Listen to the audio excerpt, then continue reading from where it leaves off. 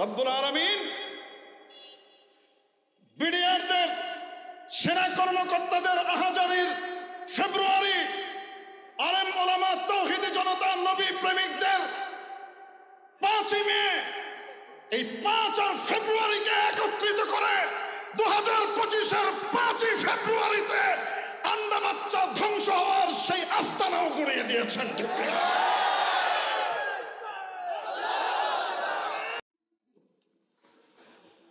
فأعوذ بالله من الشيطان الرجيم بسم الله الرحمن الرحيم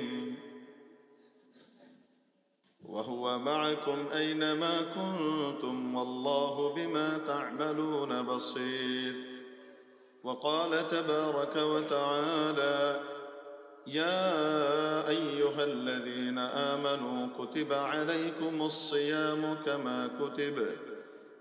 كتب على الذين من قبلكم لعلكم تتقون صدق الله مولانا العظيم আমাদের কানে লাগছে, এটা একটু কমিয়ে দেওয়া যায় কিনা এটার সাউন্ডটা?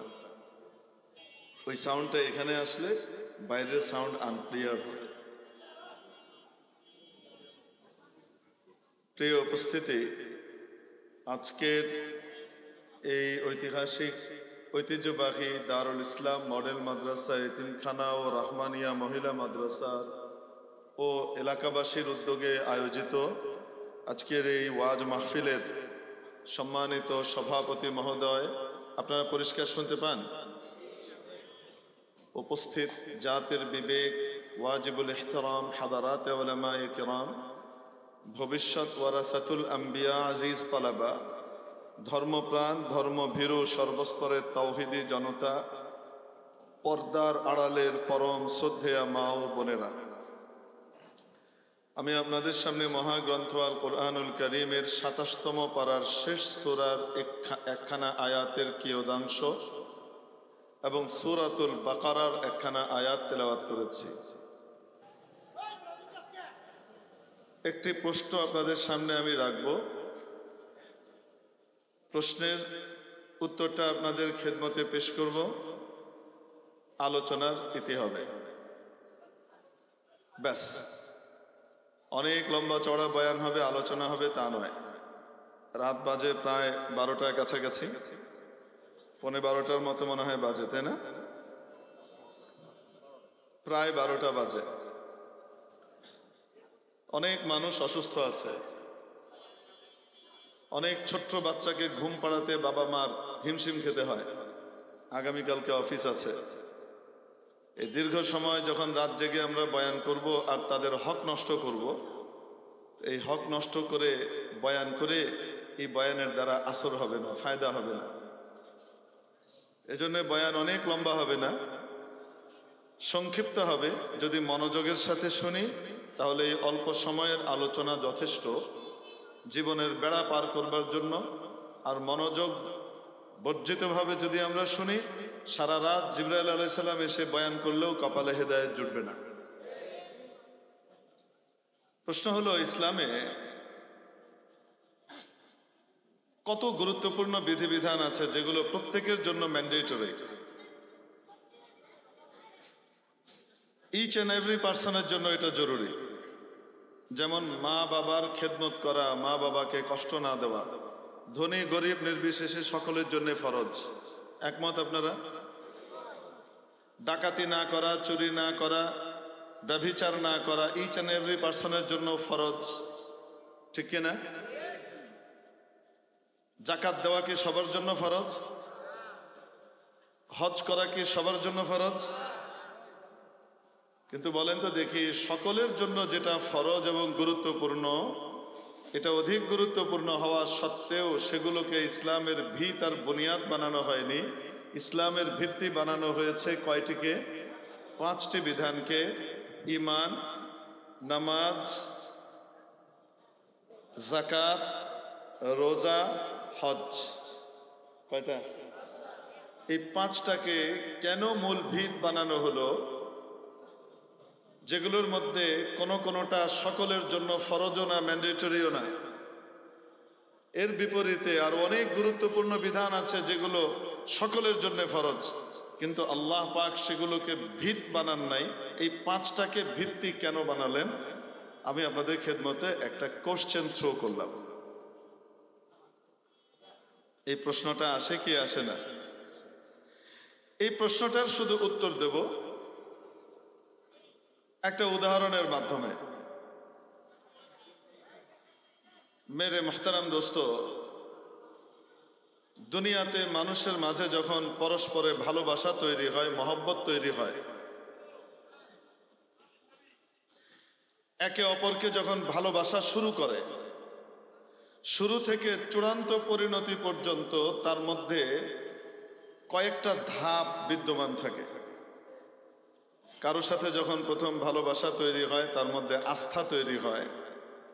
যাকে ভালোবাসি সে খুব ভালো, সে আর যাই করুক না কেন আমার কোনো ক্ষতি করবে না, এই আস্থা আর বিশ্বাস তৈরি হয়। ভালোবাসা যখন দ্বিতীয় ধাপে উন্নীত হয়, তখন প্রেমাস্পদের সাথে কথা বলতে ভাল লাগে। এই পরিমাণ ভালো লাগে, কথা বলতে বলতে বলতে বলতে এটা এক পর্যায়ে একটা অ্যাডিকশনের পর্যায়ে চলে যায়। কথা যদি বলতে না পারে তো সেদিনের নাওয়া খাওয়া ঘুম সব বরবাদ হয়ে যায়। কথাবার্তা কেমন আপনি লক্ষ্য করে দেখেন। আমি আর আপনি দেখা হলো, পুরনো খাতির বা খুব ভালোবাসার মানুষ আমরা, একে অপরের মাঝে দেখা সাক্ষাৎ হলো বহুদিন পর। আসসালামু আলাইকুম ভাই। ওয়ালাইকুম সালাম। কেমন আছেন? আরে ভাই বলেন না, ভালো আছে আলহামদুলিল্লাহ। বাচ্চারা কেমন আছে? ভাবি কেমন আছেন? আঙ্কেল আন্টি কেমন আছে? বাসার কি অবস্থা? ব্যবসা বাণিজ্য কেমন চলছে? তারপর দেশের পরিস্থিতি কি? এই 2, 4, 5, 6 মিনিট বলার পরে যে অবস্থাটা হয় সেটা হলো, তারপর কি অবস্থা বলেন? মানে হলো আমার তো তল্পিতে যা ছিল সব শেষ, এবার কথা চালাইতে হলে আপনি কিছু কি করেন, এনে তেল ঢালেন, আমার তো আর কথা পাওয়া যাচ্ছে না। অবাস্তব না বাস্তব? তারপর কি অবস্থা ভাই বলেন, কেমন চলছে? মানে হলো এখন আমার শেষ, এবার আপনি শুরু করেন। যে দুজনের মধ্যে ভালোবাসা স্থাপিত হয় ফ্রি টক টাইমের বরকতে, মোবাইলের ইশার নামাজের পরে দরজা বন্ধ করে শুরু করে, আম্মু আমার এক্সাম, আমাকে পড়তে হবে, কেউ যেন আমাকে ডিস্টার্ব না করে। বই খুলে দরজা বন্ধ করে নিরবিচ্ছিন্নভাবে সে পড়া শুরু করেছে। পুটুর পুটুর শুরু হয়েছে। বাবা মা তো মনে করছে খুব মেহনত করছে, পড়ছে আমার বাবা। আরে একটু দুধ খাবি না? এই দুধের গন্ধটা আমি সহ্য করতে পারি না। আম্মু তুমি জানো না তুমি আমাকে দুধের জন্য ইয়ে করছো? বিস্বাদ লাগছে, কারণ কথা অফ করতে হবে এখন মা ঢুকলে।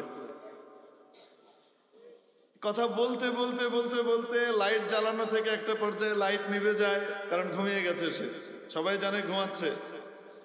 কথা চলতে চলতে ফজরের আজান হয়ে যায়, তাদের কথা এখনো শেষ হয় না, মনে হয় যেন শুরু হইয়াও হইল না। মেজাজ খারাপ করে একজন আবার বলে, মুয়াজ্জিনের কোনো কাজ নাই, অসময়ে খালি আজান দিয়ে বেড়ায়, আর একটু পরে দিলে কি হয়? কি পরিমাণ কথার খনি ভেতর থেকে বের হচ্ছে আর বলেই যাচ্ছে। কেন? ভালোবাসার দ্বিতীয় ধাপ, কথা বলতে ভাল লাগে। ভালোবাসা যখন আরো প্রগাঢ় হয়, এবার তৃতীয় ধাপে উন্নীত হয়।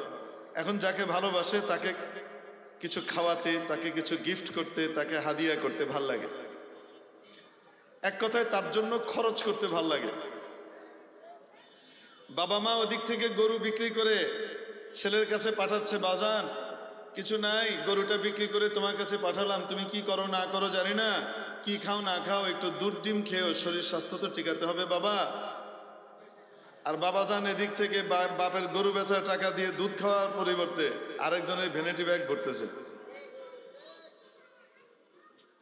তার কাছে কোনো কষ্ট নাই, সে আনন্দের সাথে খরচ করে। ইভেন এই পর্যায়ে যায়, যাকে ভালোবাসে সে যদি তার ব্যয় করা জিনিস না নেয়, তার কাছ থেকে খরচটা না নেয়, সে দিলে সেটা স্বেচ্ছায় গ্রহণ না করে, তাহলে এত মর্মাহত হয়, ব্যথিত হয়, বলে বসে তুমি তো সবারটাই নাও, শুধু আমারটাই নাও না, আমারটা তোমার কাছে পছন্দ না, আমি তো তোমাকে ভালোবাসি না, সবাই মনে হয় বাসে।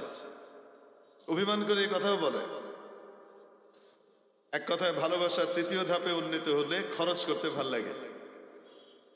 ভালোবাসা যখন আরো উপরে যায়, এবার মান অভিমানের সম্পর্ক এমন পর্যায়ে চলে যায়, সামান্য সামান্য তুচ্ছ তুচ্ছ কারণে নাওয়া খাওয়া বন্ধ করে দেয়, খাওয়া দাওয়া বন্ধ।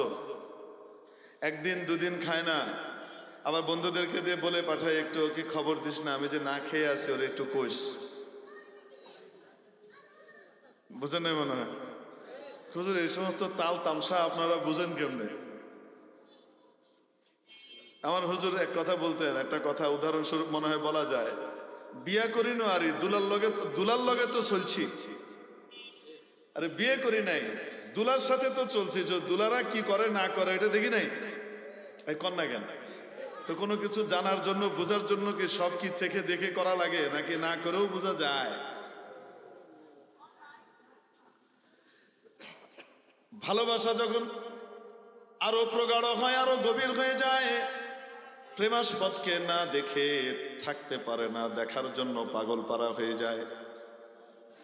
কোনো কারণে বাড়িতে জানাজানি হয়ে গেছে, পড়ালেখার পরিবর্তে এখন ভাব করে বেড়াচ্ছে।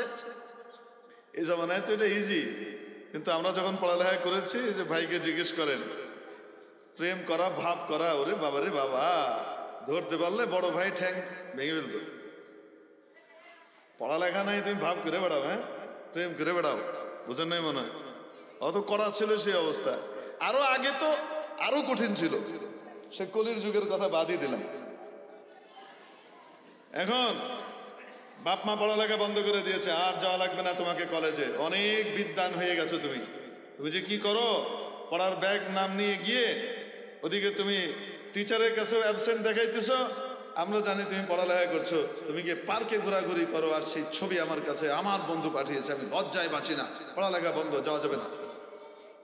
এদিকে ভাইও হইলো মাস্তান, ভাই কইছে কোন বেড়ায় আমার বোনের দিকে তাকাইছে, ওর টেঙ্গি ভেঙে গেলাম যদি এনে ঢুকে। এলাকায় রেড অ্যালার্ট জারি করা আছে।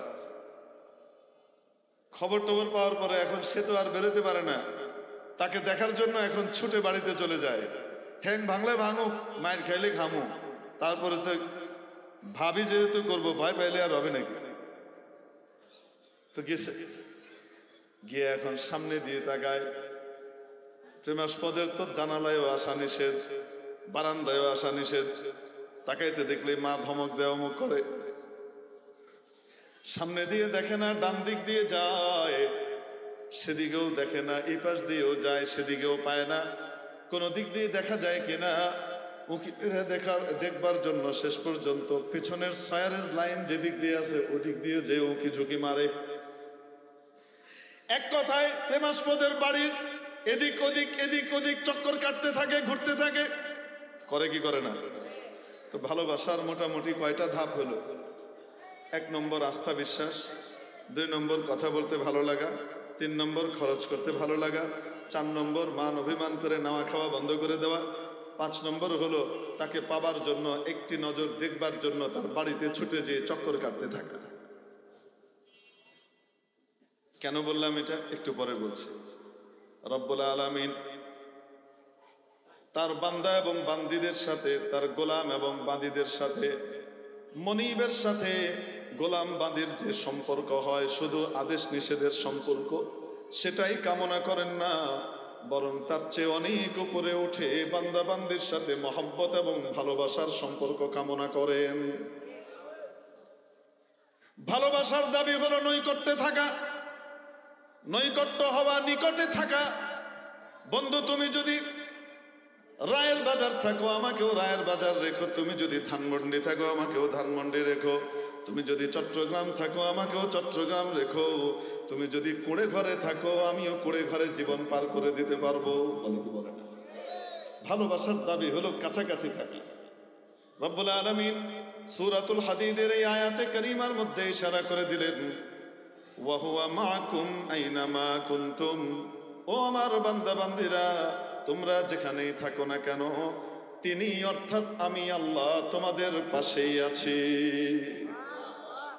অতএব তোমরা আমার হুকুম আহকাম পালনের মাধ্যমে আমি আল্লাহর কাছাকাছি হবার চেষ্টা করো। যত বেশি আমার বিধিবিধান পালন করবে, তত বেশি তোমরা আমার কাছাকাছি আসতে পারবে। ভালোবাসার মহব্বত দ্বিপাক্ষিক হবে। একপাক্ষিক ভালোবাসার ভিতরে শুধু জ্বালা আর জ্বালা, ভালোবাসা যখন দ্বিপাক্ষিক হয় তার মধ্যে মজা আর মজা। उल्फत में बराबर है वफा हो के जफा हो, उल्फत में बराबर है वफा हो के जफा हो, हर चीज में लज्जत है अगर दिल में मजा हो, हर चीज में लज्जत है अगर दिल में मजा हो। ভালোবাসার মধ্যে প্রাপ্তি ঘটুক আর অপ্রাপ্তি ঘটুক, যাই ঘটুক না কেন তাতে কোনো কিছুই আসে যায় না। হৃদয় মাঝে যদি ভালোবাসার স্বাদ থাকে, প্রেমাস্পদের মন পাবার বিষয়টি উপলব্ধি হয়ে যায়, তাহলে দুঃখ কষ্ট আনন্দ বেদনা সব কিছুই সমান আর মজাদার হয়ে যায়, সব কিছুর মধ্যে আলাদা টেস্ট অনুভূত হয়। ঘাড় ধাক্কা দিয়ে ঘর থেকে বের করে দেয়, মানুষ অপমানিত করে লাঞ্ছিত করে, আর তার মনের মধ্যে স্বাদ। তার প্রেমাস্পদকে বলে, দেখো আমি কত নির্যাতিত হলাম, লাথি ঝাঁটা খেলাম শুধু তোমার জন্য, কোনো আপত্তি নাই, তুমি যদি আমার উপরে খুশি থাকো আমি কোনো কিছুর পরোয়া করি না, বলে কিনা? লাইলি মজনুর ঘটনা তো আপনারা শুনেছেন তাই না? লাইলির আসল নাম হলো লাইলা, মজনুর নাম মজনু না, মজনুর আসল নাম হলো কায়েস। নাফাতুল ইয়ামানের ভিতরে উভয়ের নসব নামা আছে, এদের ঘটনা সত্যি। এরা যে প্রেম জগতের কিংবদন্তি, ওই যে শিরিন ফারহাদ লাইলি মজনু বলে না, এই লাইলি মজনুর ঘটনা আসলেই বাস্তব। মজনু অত্যন্ত সম্ভ্রান্ত বংশীয় এলাকার গভর্নরের ছেলে ছিল, মানে জেলার ডিসি সাহেবের ছেলে মনে করেন আপনি, বুঝেন নাই মনে হয়, অথবা ডিভিশনাল কমিশনারের ছেলে, অত্যন্ত উচ্চ শিক্ষিত। আর লাইলা সে সাধারণ ফ্যামিলির এক মেয়ে ছিল, পাগল হয়ে গেছে। কি পরিমাণ পাগল হয়েছে, আল্লাহ আল্লাহ আল্লাহ, এক কুকুরের পায়ে চুমু দিচ্ছে। কে? মজনু। কার পায়ে চুমু দেয়? কুকুর ধরে কুকুরের পায়ে চুমু দেয়। মানুষ বলে, এরে পাগল, তুই কুকুরের পায়ে চুমু দিস, এটা কোনো কথা? তুই কি করিস এটা? পায়ে সগ বসিদে মজনু খলক পুরসি দিছে বু, গুফতে ঈসা গাহে গাহে কোয়ে লাইলা রাফতাবু।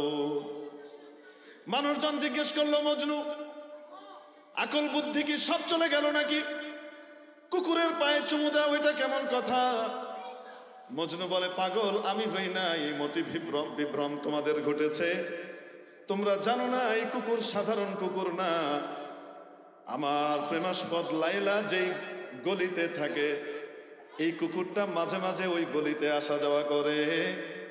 অতএব যেই গলিতে আমার লাইলার পা পড়ে ওই গলিতে এই কুকুরেরও পা পড়েছে, এজন্য আমি কুকুরের পায়ে চুমু দেই নাই, আমার প্রেমাস্পদ লাইলার পায়ে চুমু দিচ্ছি।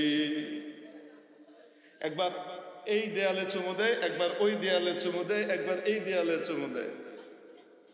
একজন জিজ্ঞেস করছে, তুমি এগুলা কি করো? তুমি ঘরের আশপাশে চুমু দিচ্ছ, ব্যাপারটা কি? সে বলে, আমরু আলা দিয়ারি দিয়ারি লাইলা উকব্বিলু যাল জিদারা ওয়া যাল জিদারা ওয়া মা হুব্বুদ দিয়ারি শাগাফনা কলবি ওয়ালাকিন হুব্বা মান সাকানাদ দিয়ারা।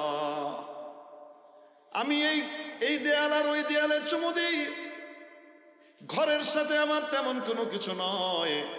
আসল ব্যাপার হলো এই ঘরের সাথেও আমার ভালোবাসা তৈরি হয়ে গেছে, কারণ ভেতরে যে থাকে তার কারণে। মানুষ যখন কাউকে ভালোবাসে তখন তার সব কিছুকে সহ ভালোবাসে। দেখেন না, এই যে পতিত স্বৈরাচার কি পরিমাণ খুন করলো, কি পরিমাণ ধর্ষণ করালো। 1998 এইখানে জাহাঙ্গীরনগর ইউনিভার্সিটিতে, দেশের দ্বিতীয় শীর্ষ বিদ্যাপীঠ ঢাকা ইউনিভার্সিটির পরে যদি কাউকে বলা যায়, এই জাহাঙ্গীরনগর ইউনিভার্সিটিতে আপার এক প্রিয় ভাজন ছাত্রলীগের সদস্য প্রত্যেক রাত্রে একজন একজন করে মেয়েকে নিয়ে ধর্ষণ করে ঘর সাজিয়ে ধ্বংসন করত।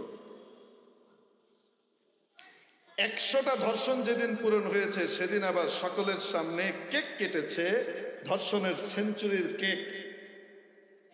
বহুদিন পর্যন্ত আপার আশীর্বাদের কারণে তাকে গ্রেপ্তারটা পর্যন্ত করা হয়নি। নারী জাতির কলঙ্ক, নারী স্বাধীনতার কথা আর যার মুখেই মানাক না কেন, আমাদের সাবেক রাতের প্রধানমন্ত্রীর মুখে কোনোদিনই মানায় না। 2018 সালে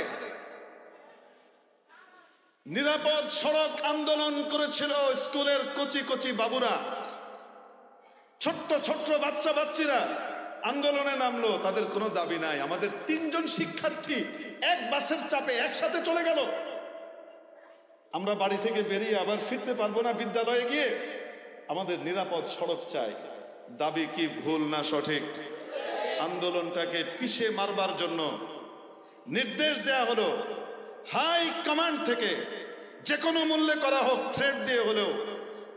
না হলে শেষ পর্যন্ত যেটা করা হলো সেটা হলো ছোট্ট ছোট্ট মেয়েদেরকে ধরে নিয়ে গিয়ে ধর্ষণ করে রেপ করে ছেড়ে দেওয়া হতো, যেন বাবা মা আর এই বাচ্চাগুলাকে পরের দিন আন্দোলনে বের করতে সাহস না করে। এই রেপিস্ট লীগ, এই রেপ লীগের সভানেত্রীর মুখে নারী স্বাধীনতার কথা, নারীর সম্মান আর সম্ভ্রম মর্যাদার কথা মানায় না।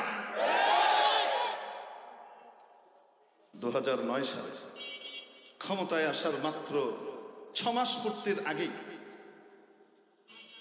8-এর শেষ দিকে ক্ষমতায় আসলো। 9 ফেব্রুয়ারি মাসে দেশপ্রেমিক 57 জন শীর্ষ পর্যায়ের সেনা কর্মকর্তাকে অত্যন্ত ঠান্ডা মাথায় প্ল্যান করে খুন করা হয়েছিল প্রতিবেশী ভাসুরকে খুশি করবার জন্য। অবাস্তব না বাস্তব? ঘটনাকে ভিন্ন খাতে প্রবাহিত করবার জন্য, জনগণের দৃষ্টি অন্যদিকে সরিয়ে দেবার জন্য নাম দেয়া হলো বিডিআর বিদ্রোহ। মনে রাখবেন, এটা কখনোই বিডিআর বিদ্রোহ ছিল না। এটা ছিল প্রতিবেশীর প্ল্যান ওয়াইজ সিস্টেমেটিক একটি একদম প্ল্যান মাফিক কিলিং মিশন ওটাতে ছিল, এবং সেই কিলিং সম্পূর্ণ করে তারা এখান থেকে চলেও গেছে। যারা এসেছিল তারা চলেও গেছে, যেখান থেকে এসছে সেখানে। অবাস্তব না বাস্তব? কোন মাসে ঘটেছিল মনে আছে আপনাদের? আপনারা ভুলতে পারেন, আমি এগুলো খুব ভুলতে পারি না। প্রতিটা ঘটনা আপনি যদি আমাকে বলেন, আমি একেবারে চোখ বন্ধ করে বিসমিল্লাহ থেকে শুরু করে নিয়ে পর্যন্ত আমি চোখ বন্ধ করে একটার পর একটা বলে যেতে পারবো, ওনারাও বলতে পারবেন না। আমি একদম গ্যারান্টি দিয়ে বলছি, ওনারাও বলতে পারবেন না। আমি একদম দিন তারিখ সহ বলে যেতে পারবো কবে কোন সময় কি কি ঘটনা এরা ঘটিয়েছে। আফসোস, আমার দেশের মানুষ বড় বিস্মৃতি পরায়ণ। খুব দ্রুতই দুটো চকলেট পেলে তারা ভুলে যায় একটু আগে যে চড় মেরেছিল। বাস্তব। ধরে নিয়ে আসো, ওরা ধরে নিয়ে আসো এখানে, আমি ওয়াজটা দেখবো। আস্তে আস্তে আস্তে আস্তে। আরে আমি ধরতে খুশি বলে আপনার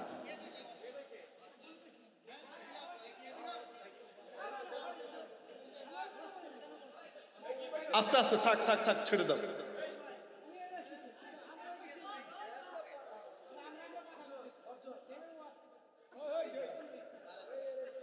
আচ্ছা থাক থাক থাক থাক, ছেড়ে দাও।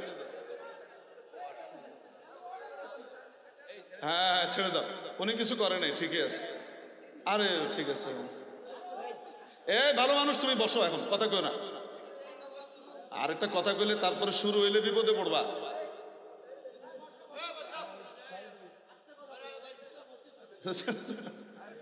এগুলো আবার তোমরা নেটে মেটে ছেড়ে দাও।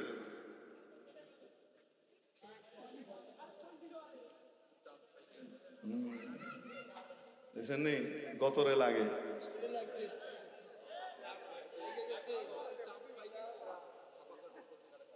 হ্যাঁ আসতে আল্লাহর সাফা শুরু হয়েছে। দেখ আমরা সাফা করতেছি, আল্লাহ সাফা করতেছে। 2009 সালে যখন এই শীর্ষ পর্যায়ের কর্মকর্তাদেরকে, তাদের একটা অপরাধ ছিল, তারা ছিল এন্টি ইন্ডিয়ান। ইন্ডিয়ার আধিপত্যবাদী জোরপূর্বক চাপিয়ে দেওয়া নীতিকে তারা পছন্দ করত না। দেশপ্রেমিক অফিসার ছিল তারা, না পাকিস্তানি রাজাকার ছিল, না ইন্ডিয়ান রাজাকার ছিল। বোঝাতে পারি নাই, তারা দেশপ্রেমিক ছিল। এই অপরাধে বাছাই করে এদেরকে সার্চ করে সব সেনা কর্মকর্তাদেরকে এদেরকে বাছাই করে বিডিআর প্রেষণে পাঠানো হয় এবং তাদের বাৎসরিক যে অনুষ্ঠান যেখানে পিএম যাওয়ার কথা, পিএম কিন্তু যান নাই। কেন যান নাই এটা ওনাকে তদন্ত কমিশন জিজ্ঞেস করা দরকার, কেন আপনি গেলেন না। সমস্ত অফিসারদেরকে ওখানে একত্রিত করে এক জায়গাতে শেষ করে দেয়া হয়েছে। অবাস্তব না বাস্তব? কর্নেল গুলজার একজন দেশপ্রেমিক ব্যর্থহীন অফিসার ছিলেন, ফোন করেছেন, তখনও কিলিং শুরু হয়নি, হাব ভাব দেখা যাচ্ছে অবস্থা ভালো না, বেগতিক। উনি ফোন করে বললেন এখনো ওরা বিক্ষিপ্ত, এখনো ওরা সংঘবদ্ধ হতে পারে নাই, ইমিডিয়েটলি দুটো ফোর্স পাঠান, এখন সব ঠিক হয়ে যাবে, আমরা তো সব নিরস্ত্র, খালি হাতে এসছে এখানে।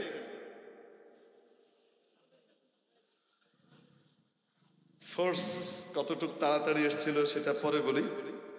তারপরেও ঘন্টা খানিকের মাথায় সেনাবাহিনীর ব্রিগেড এসে এখানে আবাহনী মাঠের এখানে এসে কি করলো, অবস্থান নিল মাত্র 1 কিলোমিটার দূরে। কর্নেল গুলজারের লাস্ট ফোন সব রেকর্ড এভিডেন্স হিসাবে এখনো আছে, এখনো আছে। আমাদের কয়েকজনকে ওরা হত্যা করে ফেলেছে, অফিসাররা কেউ নিহত হয়েছে, কেউ তড়পাচ্ছে, আমরা এখনো কয়েকজন বেঁচে আছি কোনোভাবে। আপনারা কি আমাদেরকে উদ্ধার করতে আসবেন না? আপনারা আমাদেরকে কি একটু উদ্ধার করতে আসবেন না? সেনা কর্মকর্তাদের এই আকুতি, এই রক্তমাখা কথা তৎকালীন বুলচার অফ বাংলাদেশ শেখ হাসিনার কান বা হৃদয়কে নাড়া দিতে পারে নাই। উনি সন্ধি সন্ধি পেয়ার পেয়ার পিরিত পিরিত খেলা খেলছিলেন তখন। এই 57 জন কর্মকর্তাকে হত্যা করা হয়েছে, তাদের স্ত্রী পুত্রদের কারো কারো স্ত্রীকে ভেতরে রেপ করা হয়েছে, তাদের মেয়েকে রেপ করা হয়েছে। এই ঘটনার কোনো বিচার আজ পর্যন্ত হয় নাই। অবাস্তব না বাস্তব? কোন মাসে ছিল যেন ঘটনাটা? কেউ বিচার না করলেও মহাবিচারক একজন আছেন না নাই? আমার সেনা ভাইদের সেই আর্তনাদ আর আহাজারিতে আল্লাহর আরশ কেঁপেছিল, তার প্রমাণ আমি একটু পরে দিচ্ছি। জমা হয়ে রইল ফেব্রুয়ারি, মাওলার কাছে জমা হয়ে রইল কি ফেব্রুয়ারি।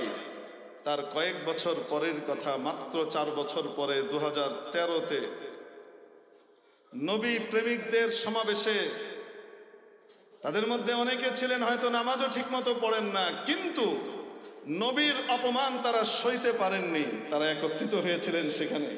সেখানে শুধু আলেম ওলামা ছিল তা না, অনেক দিনদার মানুষ, তৌহিদি জনতা সকলেই ছিল, ঠিক কি ঠিক না? রাতের আধারে ইয়াহিয়া খান এবং টিক্কা খানদের 25শে মার্চের কালো রাতকে হার মানিয়ে নির্বিচারে গুলি করে নবী প্রেমিকদেরকে হত্যা করা হয়েছিল 2013-র 5ই মে কালো রাতে, ঠিক না? তারিখটা ছিল কি? আসতে বলেন, 5 তারিখটা বলেন কি? আলেমদের, নবী প্রেমিকদের কান্না জমা হয়ে রইল কোথায়? রব্বুল আলামিন বিডিআরদের সেনা কর্মকর্তাদের আহাজারির ফেব্রুয়ারি, আলেম ওলামা তৌহিদি জনতা নবী প্রেমিকদের 5ই মে, এই 5 আর ফেব্রুয়ারিকে একত্রিত করে 2025-এর 5ই ফেব্রুয়ারিতে আন্ডা বাচ্চা ধ্বংস হওয়ার সেই আস্তানাও গড়িয়ে দিয়েছেন, ঠিক না?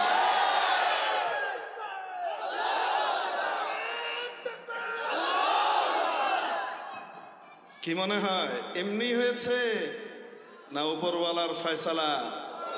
উপরওয়ালা যখন অ্যাকশন নেওয়া শুরু করেন তখন দেখান অনেকের চোখ খুলে যায়, যাদের চোখ খুলে না তাদেরকে আরেকটু দেখান, তারপরেও যদি ইশারা দেওয়ার পরেও চোখ না খুলে, আর সেই খুনিদের, অন্যায়কারীদের, আযাবপ্রাপ্তদের অন্তর্ভুক্ত হয়, তাদের প্রতি সহমর্মিতা দেখায়, রব্বুল আলামিন যারা সহমর্মিতা দেখায় তাদেরকেও আযাবের শিকার করেন, ঠিক কিনা? আল্লাহ পাক প্রথমেই দেখিয়ে দিলেন, দেখেন নাই? আরে 5ই মের কালো রাত রব্বুল আলামিন 5ই অগাস্ট দিয়ে ফিরিয়ে দিলেন। মনে হয় মিলে না নাকি? হ্যাঁ, আল্লাহ পাক তো অন্য রাতও অন্য দিনও গ্রহণ করতে পারতেন না?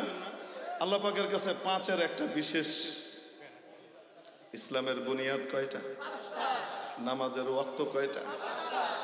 নবীর জন্য শাহাদাতের রাত কবে? জালিমকে খেদিয়ে বের করার জন্য মাবুদ যে দিন নির্ধারণ করলেন সেটাও কি দেখিয়ে দিলেন? এটা আমার অ্যাকশন, এটা আমার অ্যাকশন। অনেকের চোখ খুললো না, যাদের খুলে নাই তাদেরকে এবার বিডিআর কেউ একসাথে নিয়ে আসলেন। বিডিআর এর ফেব্রুয়ারি ওলামায়ে কেরাম আর নবী প্রেমিকদের 5-2টাকে মিলিয়ে আন্ডা বাচ্চা ধ্বংসের জায়গাটাকেও শেষ করে দিলেন, ঠিক কি ঠিক? খুব খেপবে আমার উপরে। ক্ষমতা যদি কোনোদিন আইবার পারে, বোঝেন নাই মনে হয়? শুনেন একটা কথা কই দিই, আজরাইল কারো খালাতো ভাই না যে ডাকলে আইব। আমারে মারণের লেগে আপনারে মারণের লেগে কে লাগবো? আজরাইল লাগবো না? আজরাইল কি কারো খালাতো ভাই? ডাকলে আয় পড়বো? জি নেই। যে কয়দিন আল্লাহ হায়াত রেখেছেন, শার্দুলের মতো সিংহের মতো জীবন যাপন করতে হবে। মনে রাখতে হবে, শিয়ালের মতো 1000 বছর বেঁচে থাকার চাইতে সিংহের মতো একদিন বেঁচে থাকা হচ্ছে। টিপু সুলতান বলেছে। আল্লাহ পাক আমাদেরকে বুঝবার তৌফিক দান করেন। যে সমস্ত ভাইরা ভুল করেছিলেন, অন্যায় করেছিলেন, খুন, নির্যাতন, ধর্ষণের পথে ছিলেন, তাদেরকে তওবা করার তৌফিক দান করেন। আমরা তো চাই তারা তওবা করুক, সঠিক পথে ফিরে আসুক, সকলে মিলে দেশকে পুনর্গঠন করবার জন্য একসাথে আত্মনিয়োগ করুক, ঠিক কি ঠিক না? দোয়া তো করি, কিন্তু কপালে তারই লাগবে যার কপালে হেদায়েত আছে, না থাকলে লাগবে না। এখনো পর্যন্ত এই কথা বলে, যেই রাজধানীতে দিনের বেলায় আমরা দম্ভ ভরে ঘুরতে পারবো না, নিজের মন মতো বিচরণ করতে পারবো না, সেই রাজধানীবাসীর রাতে আমরা সেই রাজধানীবাসীকে শান্তিতে থাকতে দেবো না। আমাদের ছাত্র সংগঠনকে আমরা সেভাবেই প্রস্তুত করছি। বাবা, এ তো ফেরাউনের চাইতে ভয়ঙ্কর। এই টাইপের কথা যে কয়, তো ফেরাউনের চেয়ে ভয়ঙ্কর। আবু জেহেল ছাড়াই গেছে, ঠিক কি ঠিক না? ভয়ঙ্কর ব্যাপার। মনে মনে নিয়ত করছিলাম যে থাক, অনেক মাইটের খাইছে, আর কিছু কমুটুমু না, মাইটে কিছু খাইছে, হ্যাঁ, কিছু লয়ে যেতে পারলো না, মাত্র 2টা সুটকেস লয়ে গেছে, 2 বোনে মিলে 2 দোকানে 4টা। পরে দেখে উম্মাইয়া তলে তলে আরো 10টা নাকি আছিল। মানে আগে যেমন তলায় তলায় পার করছে, পালানির সময় তলায় তলায় গেছে, তলা বাইরে না। তো দোয়া তো করতেছিলাম যে সবাই একটু ঠিক হয়ে যাক, মিলেমিশে আবার ভালো সন্দেহ হয়ে যাক। এখন দেখি যে দোয়া করে তো আসলে উলুবনে মুক্তা ছড়াইতেছি। এই দোয়া অন্য কোনো জায়গায় করলে ভালো হইতো, আসলে খামাখা দোয়া করতেছি। এখনো হেদায়েত হয় নাই, এখনো চোখ খুলে নাই যে মায়ের কার। মনে রাখবেন, মায়ের যখন আল্লাহ শুরু করেন, তখন তাদের প্রতি সহমর্মিতা যে দেখায়, আল্লাহ তারও মাইর দেন। আমি কি নিজ থেকে বলতেছি না কোরআন থেকে বলতেছি? বলবো আপনাদেরকে। লূত আলাইহিস সালাম এর যে অবাধ্য জাতি যারা ছিল, যারা বাধ্য ছিল তারা তো নিকার, অবাধ্য যারা ছিল এটা ভয়ঙ্কর কাজ করতো, এরা সমকামিতা করতো। আল্লাহ বলেন, ইতিপূর্বে এই অপকর্ম আর কেউ কোনোদিন করে নাই, ওরা শুরু করছিল। লূত আলাইহিস সালাম বহুত ফিরানোর চেষ্টা করছেন, কাজ হয় না। মজার ব্যাপার হলো, লূত আলাইহিস সালামের যে বউটা, এটাও ওদের পার্টির লোক ছিল। লূত আলাইহিস সালামের স্ত্রী কিন্তু কার পার্টির? ওই পসাদের পার্টির। যাই হোক, আল্লাহ পাক আযাব পাঠানোর সিদ্ধান্ত নিয়ে নিলেন। লূত আলাইহিস সালামকে বললেন ফেরেশতাদেরকে পাঠিয়ে, আসরি বিআহলিকা বিকিতইম মিনাল লাইল, রাত থাকতে থাকতেই আপনার লোকজনকে নিয়ে, যারা মানে এদেরকে নিয়ে বেরিয়ে যান, কারণ আল্লাহ পিটানোর সিদ্ধান্ত নিয়েছেন, কারণ সাইজ করবে। কি করেন? রাত থাকতে থাকতেই বেরিয়ে যান, খবরদার সকাল হইলে কিন্তু উপায় নাই। আরেকটা জিনিস, ওয়ালা ইয়ালতাফিত মিনকুম আহাদুন, যখন আযাব আসবে, ওদের ডাক চিৎকার আহাজারি শুরু হবে, তখন তাদের দিকে কেউ যেন ফিরেও না তাকায়। কেন? যে ফিরে তাকাবে ওদের প্রতি সহমর্মিতা দেখাবে, তাকেও তাদের অন্তর্ভুক্ত করে ফেলা হবে। ছেলে ছেলে না সমকামিতা করে। লূত আলাইহিস সালামের বউ তো আর এই কাম করতে পারতো না, কিন্তু কি ছিল? সমর্থক। কি ছিল? সমর্থক ছিল। করে নাই কখনোই, কাম তো করার সুযোগ নেই। আর ওই সময় তো উল্টা দিকের যে চিন্তা, এটা তো কল্পনাই মানুষের আইনি। শুরুতে শয়তানি রেখে গেছে। এখন আল্লাহ আল্লাহ আল্লাহ আল্লাহ আল্লাহ, লূত আলাইহিস সালাম তার পরিবার বর্গকে সবাইকে নিয়ে চলে যাচ্ছেন, যেহেতু আল্লাহ বলেছেন ফাআসরি বিআহলিকা, আপনার পরিবার বর্গকে নিয়ে যান। উনি বুঝেছেন নিজের পরিবার, ছেলে মেয়ে যারা আছে এরা তো আছেই, আমাকে যারা মানে তারাও আমার পরিবারভুক্ত, সবাইকে নিয়ে উনি বেরোয় যাচ্ছেন। বারবার বলছেন খবরদার পিছনে ফিরে তাকাবে না। এদিকে আল্লাহ পাক উপর থেকে পাথরের বৃষ্টি দেওয়া শুরু করলেন। কিসের বৃষ্টি? একটা করে ছোট্ট ছোট্ট পাথর আসে এবং আল্লাহ বলেন মুসাওয়ামাতান ইনদা রাব্বিক, প্রত্যেক পাথরে কাকে মারা হবে তার নাম লেখা ছিল। কার উপরে পড়বে এটা কি লেখা আছে? নাম লেখা ছিল। পাথর একটা করে পড়ে, মাথা দিয়ে ঢুকে, মগজ ভেদ করে, গলা ভেদ করে, ভেতর দিয়ে গিয়ে যেই রাস্তা দিয়ে এই কাজ করত ওই রাস্তা দিয়ে বেরোয় যায়। একবারে মারা যাচ্ছে না, তড়পাচ্ছে, চিৎকার করছে, গেলাম রে, মরলাম রে, গেলাম রে, সাহায্য করো। এই হযরত লূত আলাইহিস সালাম বলতেছেন তাড়াতাড়ি ভাগ, তাড়াতাড়ি, খবরদার পিছনে ফিরে তাকাবে না। কেউ তাকায় নাই। আল্লাহ বলেন ইল্লাম রায়াতাক, কেউ তাকাবে না, তবে তোমার বউ তাকাবে। মা মরলাম রে, গেলাম রে, এই সেই করতেছে। হঠাৎ লূত আলাইহিস সালামের বউ হঠাৎ কয়, ফিরে তাকায়, দেখে কয়, ইস কি অমানবিক, কি অমানবিক ভাবে লোকগুলোকে হত্যা করা হচ্ছে।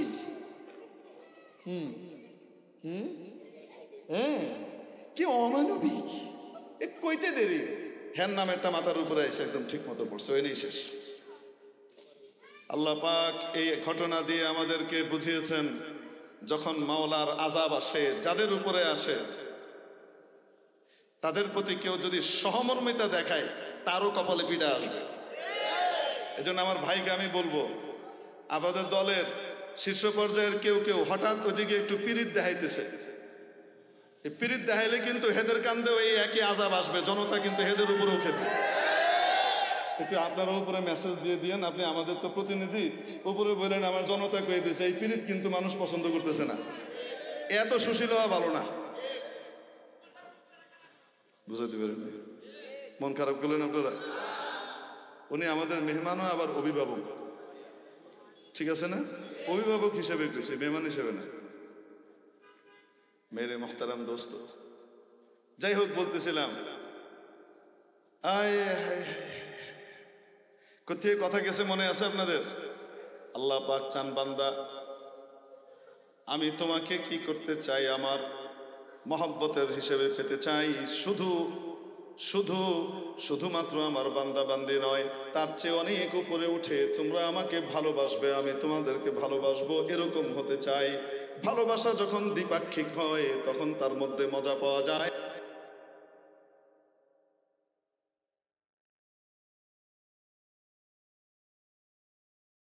প্রেমের এক একটি ধাপের প্রতিনিধিত্ব করে। দুনিয়াতে মানুষের একে অপরের সাথে যখন ভালোবাসা হয় তখন কি হয়? প্রথম ধাপ হলো আস্থার বিশ্বাস, ঠিক কিনা? ইসলামের প্রথম বুনিয়াদ দিয়ে দেওয়া হলো ঈমান। ঈমান কি? রব্বুল আলামিন আমাদের কাছে যে বিধিবিধান পাঠিয়েছেন, যুক্তির পাল্লায় সেটা ধরুক বা না ধরুক, মাবুদ যে বিধিবিধান দিয়েছেন, আদেশ নিষেধ পাঠিয়েছেন, এই সবগুলোই আমার আপনার কল্যাণের জন্য পাঠিয়েছেন, কোনোটা ক্ষতির জন্য পাঠান নাই। সকল বিধিবিধানকে মনে প্রাণে বিশ্বাস করে নেওয়ার নাম হলো ঈমান, আস্থার বিশ্বাস। আমার আল্লাহ আমার ক্ষতি চাইতেই পারেন না, যেই বিধান দিয়েছেন অবশ্যই এটা আমাদের কল্যাণের। পর্দার বিধান যেটা দিয়েছেন আমাদের কল্যাণের জন্য দিয়েছেন। উত্তরাধিকার সম্পত্তিতে ভাগাভাগির যে সিস্টেম বলে দিয়েছেন আমাদের কল্যাণের জন্য দিয়েছেন। জুলুম নির্যাতন না করার জন্য যে বিধান দিয়েছেন আমাদের কল্যাণের জন্য দিয়েছেন, নামাজের বিধান দিয়েছেন আমাদের কল্যাণের জন্য দিয়েছেন, রোজা, হজ, যাকাত, দান খয়রাত, গরিবের পাশে দাঁড়ানো, আর্তমানবতার পাশে দাঁড়ানো, প্রতিবেশীর হক আদায় করার যত বিধান দিয়েছেন সব আমাদের কল্যাণে দিয়েছেন। ঠিক কি ঠিক না? মনে প্রাণে এই বিশ্বাস করে নেওয়ার নাম হলো ঈমান, আল্লাহর উপরে পরিপূর্ণ আস্থার বিশ্বাস। যেই আস্থার বিশ্বাস আমাদের এই সংবিধানে যুক্ত করেছিলেন একজন প্রয়াত গ্রহণযোগ্য রাষ্ট্রপতি। সেই রাষ্ট্রপতির সাথে তাদের ক্ষোভ আর খেদ থাকার কারণে তারা এই জিনিসকে আল্লাহর উপরে আস্থার বিশ্বাসে হইবে এই সংবিধানের মূল মন্ত্র, মূল ভিত, এটাকে ছেঁটে বের করে দিয়েছে। যারা করেছে আল্লাহ তাদেরকে বের করে খেলা দিয়েছে। তাহলে 1 নম্বর ধাপ হলো আস্থার বিশ্বাস, মাবুদ দিলেন ঈমান। দ্বিতীয় ধাপ হলো কথাবার্তা বলতে ভালো লাগে, মনে আছে না নাই?